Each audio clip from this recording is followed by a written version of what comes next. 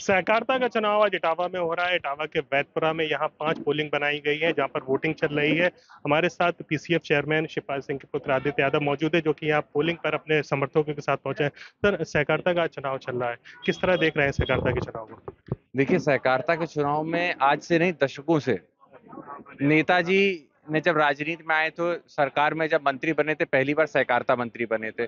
और उस समय से सहकारिता के अंदर कीर्तिमान हासिल के नई नई योजनाओं के जरिए किसानों के परिवार, चाहे वो महिलाएं हों उनके परिवार की, या नौजवान आने वाली पीढ़ी हो, उनको किस तरीके से सहकारिता से जोड़ा जा सके और सहकारिता के जरिए किसानों को किस तरह फायदा पहुंचाया जाए, इसका काम हम लोगों ने किया है। और मैंने भी यही सीखा है कि सहकारिता के जरिए जितना हम सहयोग किसानों का कर सकते हैं, उससे इससे बड़ा जरिया कुछ नहीं होता है।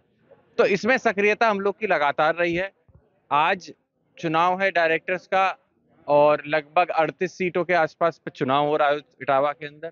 और हमें पूरी तरीके से विश्वास है कि जो वोटर्स हैं वो निश्चित ही पूर्व में जिस तरीके से हमारे लोगों को जिताकर और समितियों पर अध्यक्ष बनाने का काम किया है और अपना प्रबंध समिति की जो समिति बना गठन किया है, वो ही करने का काम करेंगे और हम लोगों की बड़ी जीत होने वाली है। बीजेपी कह रही है जो पिछले 30 साल से आपके पार्टी का दबदबा चल रहा था, आपके समर्थक थे, लेकिन अब इसमें चुनाव लड़ रहे हैं, आपका दबदबा खत्म हो चुका है। देखिए, हमारा दबदबा इस हिसाब से था कि हम लोगों ने काम किया था। हमारा दबदबा इस हिसाब से था कि समय समय पे जब जब हम सरकार में रहे, तो उन महिलाओं को, किसानों की जो घर में रोटी बनाती हैं, उनको भी अपने पैरों पे खड़ा कर सके। उसके लिए 3% के रेट पे हम लोगों ने उनको लोन देने का काम किया, ताकि अपना व्यवसाय शुरू कर सके। सही समय पे खाद उपलब्ध, सही दाम पे खाद मिल सके, हम लोगों ने ये काम किया है। भारतीय जनता पार्टी लगातार बस किसी भी तरीके से वो कैप्चर कर सके इस चुनाव को, क्योंकि देखिए, सहकारिता में उन लोगों को कोई आइडिया नहीं किस तरीके से ये चुनाव अलग होता है।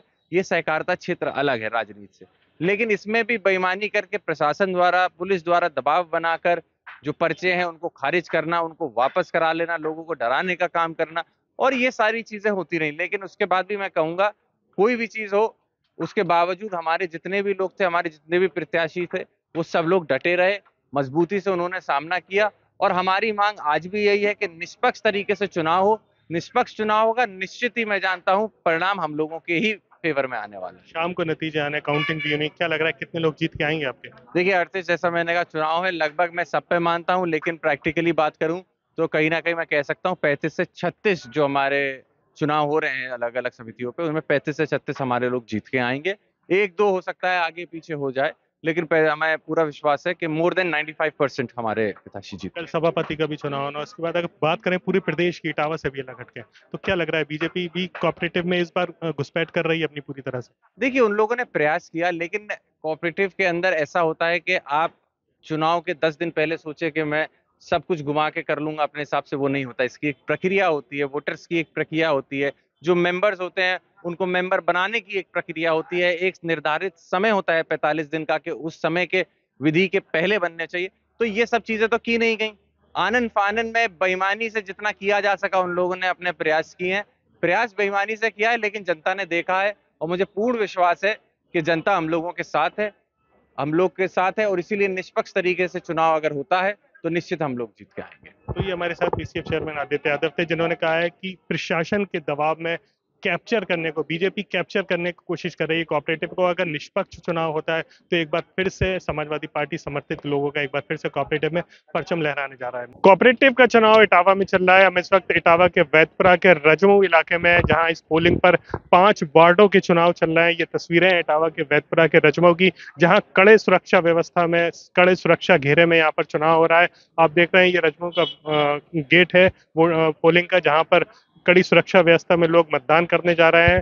जो मतदान है, यहाँ 5 वार्डों का चुनाव हो रहा है। 9 में से 5 वार्डों का चुनाव होना है, जिसमें 4 निर्विरोध चुन लिए गए हैं। देर शाम मतदान खत्म होने के बाद यहाँ काउंटिंग होगी, उसके बाद नतीजे भी आ जाएंगे। तस्वीरें हम आपको पोलिंग बूथ की दिखाना चाहेंगे, जहाँ पर कड़ी सुरक्षा व्यवस्था में यहाँ पर पुलिस फोर्स मौजूद है। पुलिस बल यहाँ पर, जो पार्टी के जो लोग हैं वो भी यहाँ लोग बैठे हुए हैं, समर्थित लोग हैं। यहाँ वोटिंग हो रही है। उसके बाद शाम को 4 बजे के बाद काउंटिंग शुरू हो जाएगी। नतीजे भी जल्द आ जाएंगे। जिस तरह भाजपा के जो समर्थित लोग हैं, उनका कहना है कि इस बार चुनाव जिस तरह पहले निर्विरोध हो जाते थे, इस बार जो चुनाव हो रहा है उसको लेकर के कहीं ना कहीं जो लोकतंत्र की अगर बात की जाए वो कहीं ना कहीं कोऑपरेटिव में पटरी पर आई है। वहीं जिस तरह समाजवादी पार्टी आदित्य यादव का कहना है कि प्रशासन के दबाव में इस पूरी चुनाव को भारतीय जनता पार्टी कैप्चर करने की कोशिश कर रही है। उन्होंने बड़ा आरोप लगाया कि जिस तरह से नेताजी ने सहकारिता के लिए काम किया था, हम लोग काम करते आए हैं, वहीं भाजपा आनन फानन में आप कोऑपरेटिव को भी कैप्चर करने की कोशिश कर रही है। जिला प्रशासन के माध्यम से कई ऐसी चीजें हैं जहां जो पर्चे बीजेपी के खारिज किए गए थे उनको वहां कैंसिल कर दिया गया है। कहीं ना कहीं आदित्य यादव आरोप लगा रहे हैं कि प्रशासन की मिली भगत से इस चुनाव पे निष्पक्षता के सवाल खड़े होते हैं। मोहम्मद फारिक, एबीपी गंगा, इटावा।